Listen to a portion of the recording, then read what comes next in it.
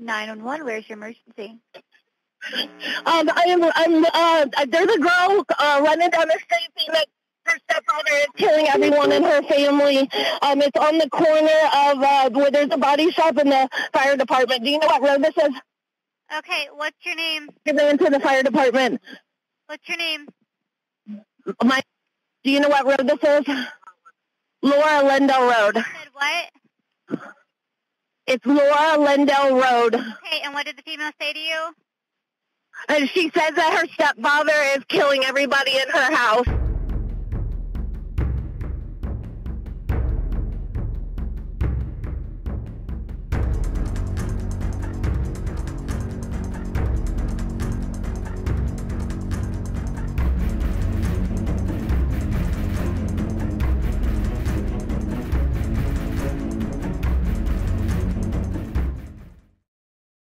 On June 15th, 2023, just 3 days before Father's Day, an unimaginable crime took place on a quiet street within the tranquil village of New Richmond, Ohio, a place that could be reminiscent of any peaceful suburb in America. The nature of this offense was so deeply disturbing and appalling that the prosecuting attorney was compelled to request the highest bond amount ever recorded in the county's history. In this video, we will examine the available factual information regarding this recent case, explore the aftermath, and provide an update on the ongoing legal proceedings. Furthermore, we will endeavor to unravel the pressing question that lingers in the minds of all those following this chilling saga. What was the motive behind this unthinkable act? Let's dive in.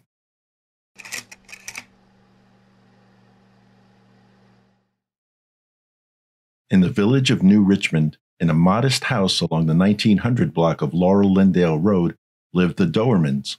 The family included 32-year-old Chad, his 34-year-old wife, and their 3 young boys, 7-year-old Clayton, 4-year-old Hunter, and 3-year-old Chase. Also living with them was Mrs. Doerman's teenage daughter from a prior relationship. The Doerman children were full of vibrant energy and were exceptionally close. They enjoyed the company of their beloved dog, loved baseball, and supported one another through thick and thin. On June 14th, the boys were in their happy place on the baseball diamond after wrapping up their latest game. Kristen Bennett, the president of the local youth baseball league, recalled an observation she made as the Doerman family prepared to depart. Like any caring father, she said she watched Chad instructing the boys to buckle up in their car seats, minding their safety. It was an ordinary, unremarkable moment, a scene that blended seamlessly into the fabric of countless families on the ball field. However, fate had a different moment in store for this seemingly everyday family.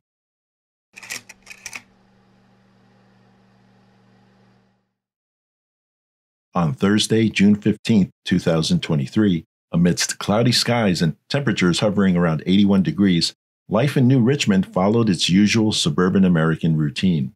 However, this day would prove to be far from ordinary when, in the late afternoon, a teenage girl was observed sprinting down a road with fear etched on her face, her desperate cries for help piercing the air. Her goal was to reach the safety of a nearby firehouse, seeking refuge from an unimaginable threat. At precisely 4:18 p.m., a concerned passerby driving along the road witnessed the teenage girl running and overheard her yelling, "My stepfather is killing everyone." The driver immediately contacted 911. 911, where's your emergency? There's a girl running down the street saying that her stepfather is killing everyone in her family. It's on the corner of where there's a body shop and the fire department. Do you know what road this is? Okay, what's your name? Get into the fire department. What's your name? Do you know what road this is? Laura Lindell Road. You said what? It's Laura Lindell Road. Okay, and what did the female say to you? And she says that her stepfather is killing everybody in her house. I did. I'm on the phone with them right now. Did she say how or what was happening? I asked her to get in the car with me, and she said she couldn't leave her family. But I think she ran to the fire department. So she went to the fire station. What did she look like? She's probably a young teenager, probably like 16 maybe, with long blonde hair. And she has a black dog. Did she say anything about a baby? I don't know about no baby. She said she just couldn't leave her family. But I see a car running around. I'm sorry? Do you see anything from the house? So I drove down the road a little bit, so I was afraid that I was going to get shot myself since I interacted with her face to face. So I'm just about maybe 3 houses down. But she's waiting at the corner. I don't know what she's doing, but I kind of still see her in the corner. But I saw a car kind of came around and whipped around, so I'm not exactly sure if that's him or if he's chasing her or not. I'm sorry? What kind of vehicle was it? I saw it was like a gray. Did you see that car whip around? It's one of the fire department guys. Okay. I think maybe a fire department guy. It was a regular kind of Focus-looking gray car. Okay, we have help on the way. Thank you so Dark much. gray. If you Okay, all right. anything else, call us back, okay, and steer clear of the area at this time. Okay.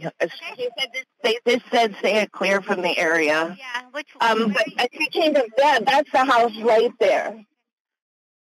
Deputies were notified by radio dispatch of the terrifying news. A man had gone on a shooting spree. The target? His own children. Officers arrived at the home on Laurel Lindale Road within minutes. Their first task was to secure the scene. Okay, News England 232 and Liberty 1624. Engine 33 Monroe 1. The female that went to their house is advising that the male shot the entire family. 29137. Where's he at? Here. Shooter's on the porch. Get him right here. Right here. You got him on the porch. We've asked, that's the last place we've been told. You show me your hands now! Stand up and walk towards us! Stand up now! Walk towards us! Stand up with your hands up! 29, we got a visual in the veil. Not showing his hands and not following commands. Stand up now! Still not showing hands or following commands. His name is Chad Doerman. Chad Doerman. I know, but we gotta go. I know, but we can't. If people need first aid and he's not complying, and you know he's a shooter, shoot him. We gotta find cover first. We ain't no good if we ain't safe ourselves.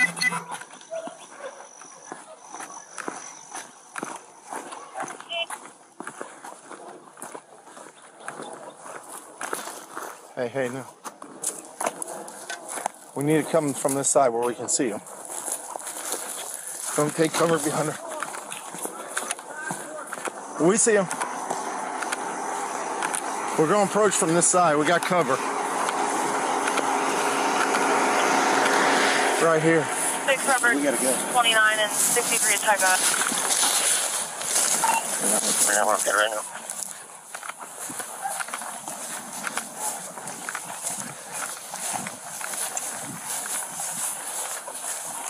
Show us your hands now. Stand up. Stand up. Stand up. Stand up now. Stand up. Stand up. EMS to stage and air clear is going to go ahead and fly whenever any units can advise. Get your hands out of here. 72. Tell them we're 21. Send the air. If those guys can confirm that there's people that need first aid and that's the shooter who's not complying, they need to take care of the I got it. victims. If they have to shoot him, then shoot him. Man, I ain't trying to hurt nobody. I'm completely sober. Never did drugs a day 63, in my we're life. 21. Get the EMS over here. Well, I did drugs when I split, but I don't do drugs now. I'm sober. I'm not trying to fight you. 63. Get your butt inside. Gatlin, get your butt inside. We on primary? Now. 29, we got 3 kids down. 3 kids down, 16 feet up. Gatlin. 63, we're 21. Have EMS respond over here. You're clear, they're being advised. Robert 34, just started mass custody response. 63, do you want them to respond to the Laurel Lindale address? Where exactly do you need them? We're right in the front yard.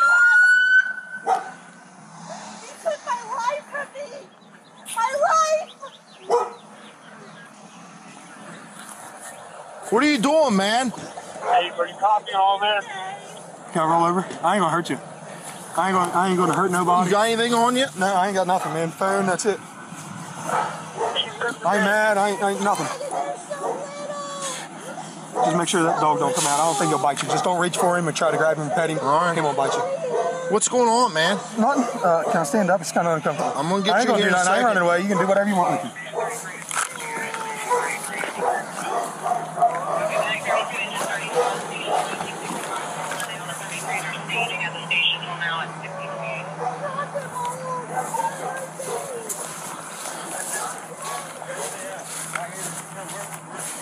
Here.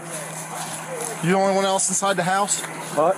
You the only one else inside the house? Yeah. Sit down right here. My daughter, she ran over to the fire department. Sit down. It's my stepdaughter. Put him in the cage. Just a little.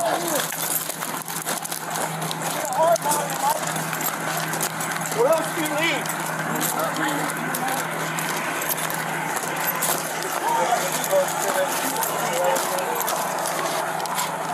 They're all being advised to they've requested 2 additional medics. There's also aircraft flying, but they need an LV. The medic copy. Yes.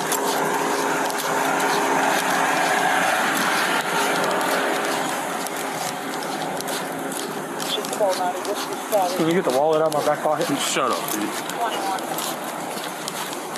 You had the right to remain silent and use it.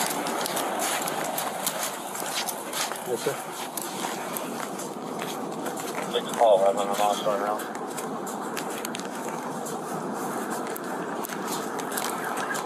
I'm almost there.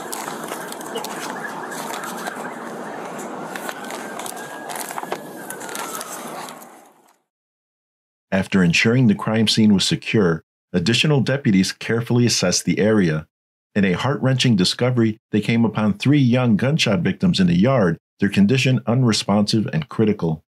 Adding to the tragedy, the boy's mother was also located outside the residence, bearing a gunshot wound to her hand, bravely sustained while trying to protect her children.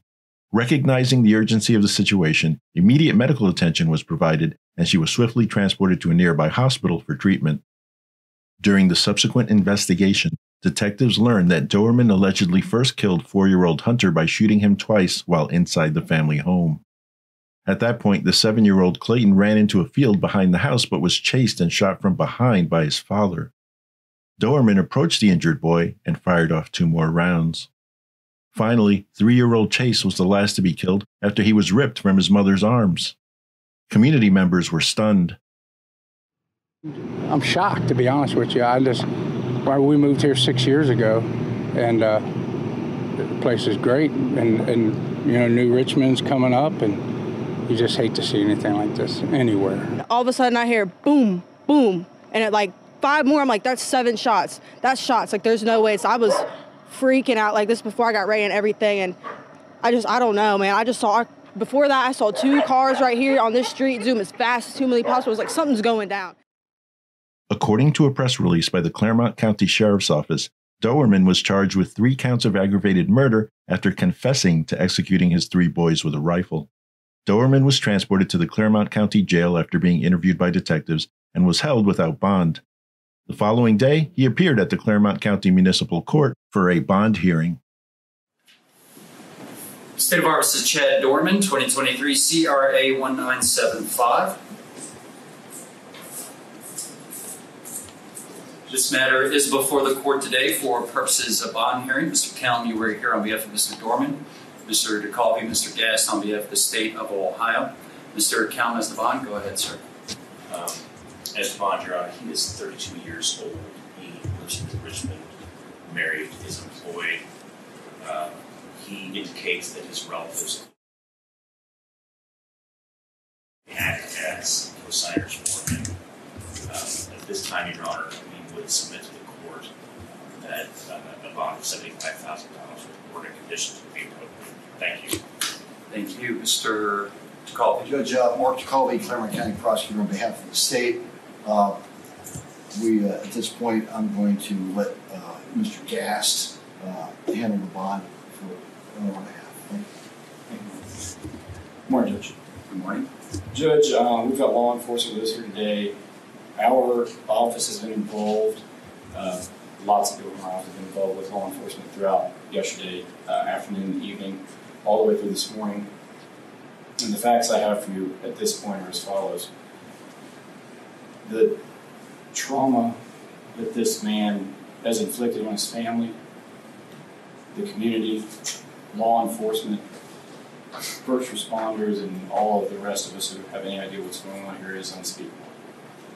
There's been a full admission in this case, Judge. The case is still new. We're still discovering facts. But the evil horror of what we know is impossible to process. In an act of just incomprehensible cruelty, the father that stands before you lined up his 3 young boys, and he executed them in his own home with a rifle. They were ages 3, 4, and 7, Judge. In an act of desperation to save her children, the mother at some point grabbed the gun that father was wielding to attempt to protect them. We know that one of the boys was able to flee into a field near the home. And again, we know from his admission, father hunted that boy down, drug him back to the property, and executed him in front of witnesses. The mother was shot through the hand in her attempt to protect her children. Judge, I asked the court in setting this bond to just begin to imagine their fear. This was the man that every day they woke up looking to for protection, love, guidance in all things. The man they trust more than any other person on earth. The person they rely upon to keep them safe from harm. He was their world. He was their guardian. And he executed them in cold blood. We know that from his admission. By that same admission, Judge, he has committed one of the most monstrous, craven, cowardly acts that will ever be our misfortune to see. To make things even more disturbing, Judge, this was no haphazard act. Again, by his own admission, he planned the events of this day. This did not happen on a whim. He's confessed to what I believe is the worst crime, at least I hope, that I'll see in my lifetime. I hope it's the worst fact pattern that ever comes before this court. Judge, it's important for the court to know, and the bond we're going to request today, for the court to understand Doerman County deputies, Monroe Township Fire and EMS, and other first responders bravely respond to the scene where they don't know what's going on. They did not know what they're facing, and they come into a scene that no one can ever be prepared for. No law enforcement training, no training of any kind prepares you for this. It's easy to forget that these are men and women with families, children, feelings, emotions. They're not some automaton performing a delegated function. They're people. They were required to give CPR to gunshot children, 3, 4, and 7-year-old children. They held these boys in their arms, knowing there was nothing they could do to save them. How long do those scars last? What day do you wake up from that and you're healed? How do you unsee such an abomination? The bond factors this court needs to consider today are set forth in Criminal Rule 46, nature and circumstance of the crime charged, and specifically whether the defendant used or had access to a weapon, including the seriousness of the offense. It's the most serious offense that we have on the books, Judge. This is it. You can't commit a more serious offense. So the nature of the crime charged is the worst crime that can be charged. Did he have access to a weapon? Yes, obviously he did. The weight of the evidence against the defendant at this point, Judge, we stand here with a full admission of the defendant. That also goes to the confirmation of the defendant's identity, and witnesses on scene did see at least part of what happened. Next, the court is to consider the likelihood this person would return the court if a bond were issued. Again, this is the most heinous crime with the most severe penalty under the law that we presented to the grand jury. That alone would be a major factor in discouraging a person from availing themselves to this court or any other. And the thought to flee and the likelihood of flight is great in the state's opinion. The danger he poses to the community is a factor that this court can consider, and I think with the facts in front of you, Judge, we can't name a person that poses a greater threat to the community. As his prior record goes, Judge, it is fairly minimal. He was charged with domestic violence in 2010. He is not, to my knowledge, on probation community control. Judge,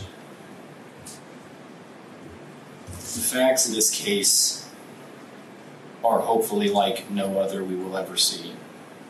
When this case gets indicted in the Court of Common Pleas, I am certain that a no bond hearing will be held, and I would hope that would be granted. But at this point, this juncture, we're going to ask this court to issue a bond we've never asked for before.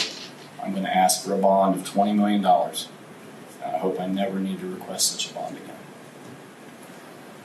Thank you. Date for preliminary hearing? The date for the preliminary hearing, Judge, is 6/26. No objection. The preliminary hearing will be set for June 26th at 1 p.m.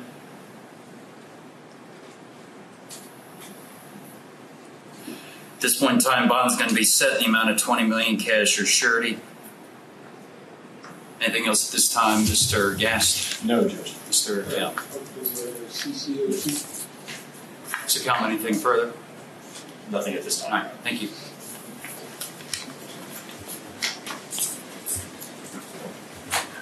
All rise. Court is in recess. 1 week after the shooting, a Claremont County grand jury returned additional charges in a 21-count indictment against Doerman, including 9 counts of aggravated murder, 8 counts of kidnapping, and 4 counts of felonious assault. According to the indictment, Doerman committed the murders with prior calculation and design, confessing to planning for several months. Doerman pleaded not guilty to all charges. Perhaps recognizing the futility of such a request, Doerman's attorney chose not to pursue bond. Ultimately, Judge Victor Haddad ordered Doerman to be held without bond. After the grand jury proceeding, Claremont County Prosecutor Mark Tekulve made clear his intentions for prosecuting Doerman. First and foremost, I want to start out by expressing the deepest sympathy I have for this family, for this unspeakable tragedy. I can't go into a whole lot of facts, all right, because this is a death penalty case, and my goal is to have this man executed for slaughtering these 3 little boys.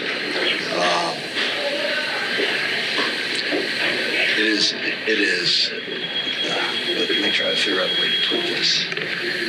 It is an incomprehensible act of horror that he perpetrated on his family. So again, that is my most important focus right now, is to ensure that they're protected and they are safe. And my hope and wish and prayer is that someday we will be able to find peace. But factually, I've said what I said on the record, and I'm going to stick with that, right? Why was it, with how complicated the death penalty is in Ohio right now, and how much extra work it adds to your office, why was it important for you to seek this? I'll let the facts speak for themselves. He slaughtered his 3 children in the most brutal fashion you could imagine, as I mentioned in court. The extra work is no extra work at all. It's what we do. This merits our attention, and our devotion, and our effort. Thoughts on that initial not guilty plea? That has to be done. Chad Doerman is next scheduled to be in court on July 5th, 2023 at 11 a.m. for a pretrial hearing.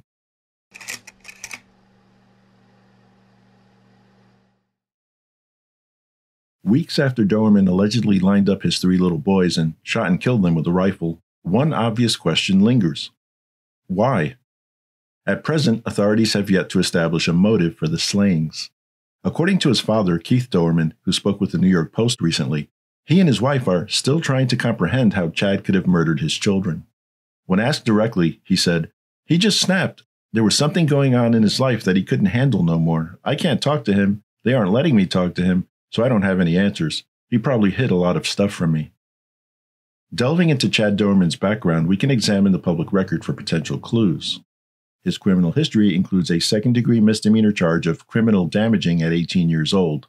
That case was dismissed after he paid $1,136 in restitution. In 2010, he was charged with domestic violence for allegedly choking his father, but the case was dismissed later that year when the prosecuting witness failed to appear. He has also amassed approximately a dozen traffic infractions and violations, primarily relating to speeding.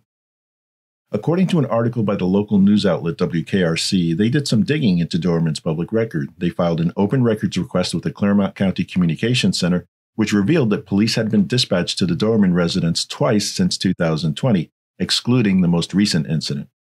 Unfortunately, no details regarding the nature of those prior visits were provided. Additionally, WKRC filed a records request with Children's Protective Services to inquire about any referrals, requests, complaints, or calls associated with Chad Doerman or his address.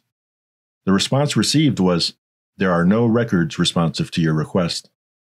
Lastly, a search of the county auditor's website showed that Doerman purchased his home, a converted manufactured home on 3 acres of land, for $75,000, and the family was up to date with property tax payments.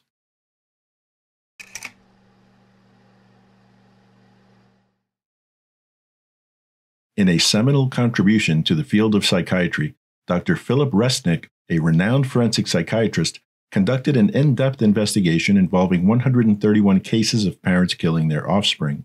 The findings of this comprehensive research were subsequently published in the American Journal of Psychiatry in 1969.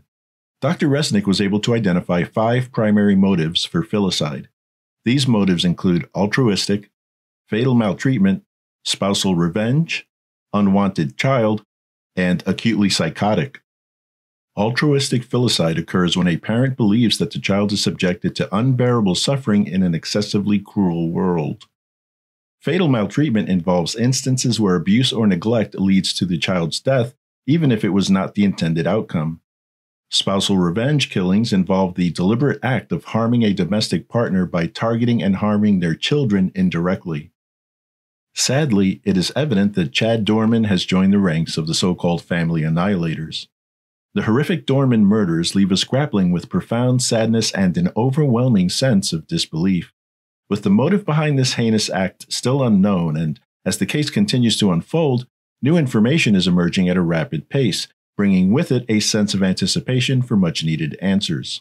In light of these developments, our collective hope is that the truth will be revealed and justice will be swiftly served.